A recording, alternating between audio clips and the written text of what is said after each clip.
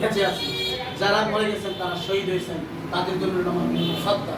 সাংবাদিকতা ভাষায় দেশ ও জাতির কল্যাণের জন্য যারা শহীদ হয়েছেন তাদের পরিবর্তের প্রতি সংবাদের জন্য তাদের প্রতি আমার বিনম্র শ্রদ্ধা।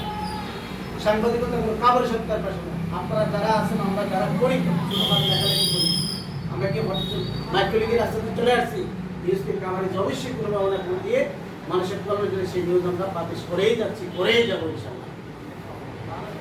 যাও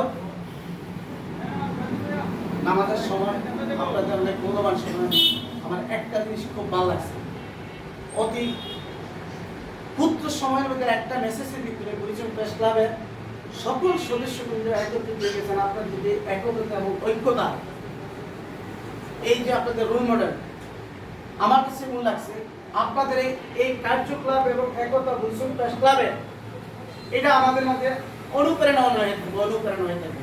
আর আমি চাই এই পরিচয় প্রেস ক্লাবের যে আজকে যে একতা ঐক্যতা কার্যক্রম শৃঙ্খলা, সেটা শুধু বাংলাদেশ পেরে সারা বহির্বিশ্ব আপনাদের এই কার্যকলাপ একতা রোল মডেল হয়ে থাকবে ইনশাআল্লাহ। আমি একজন সঙ্গীত প্রিয় লোক।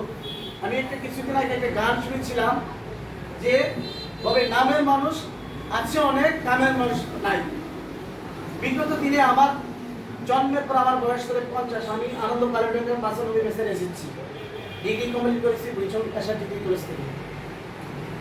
প্রেস ক্লাব আমি নামেই দেখছি, কোনদিন দেখি নাই। এইবার পাশের বাড়িতে করতে আসছি 10 দিনের ছুটি নিয়ে, আমি এসে দেখি বরিশাল প্রেস ক্লাবের চিত্রটা ভিন্ন হয়ে গেছে।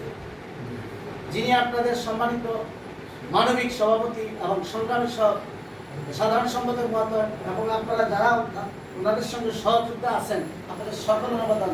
আজকে একটা চেয়ারে এসে, এটা পরিবেশে এসে প্রেস ক্লাবের বিষয়ে কথা বলছি, ভাবতেছি, তার জন্য আপনাদের সকলের প্রতি আমার কৃতজ্ঞতা।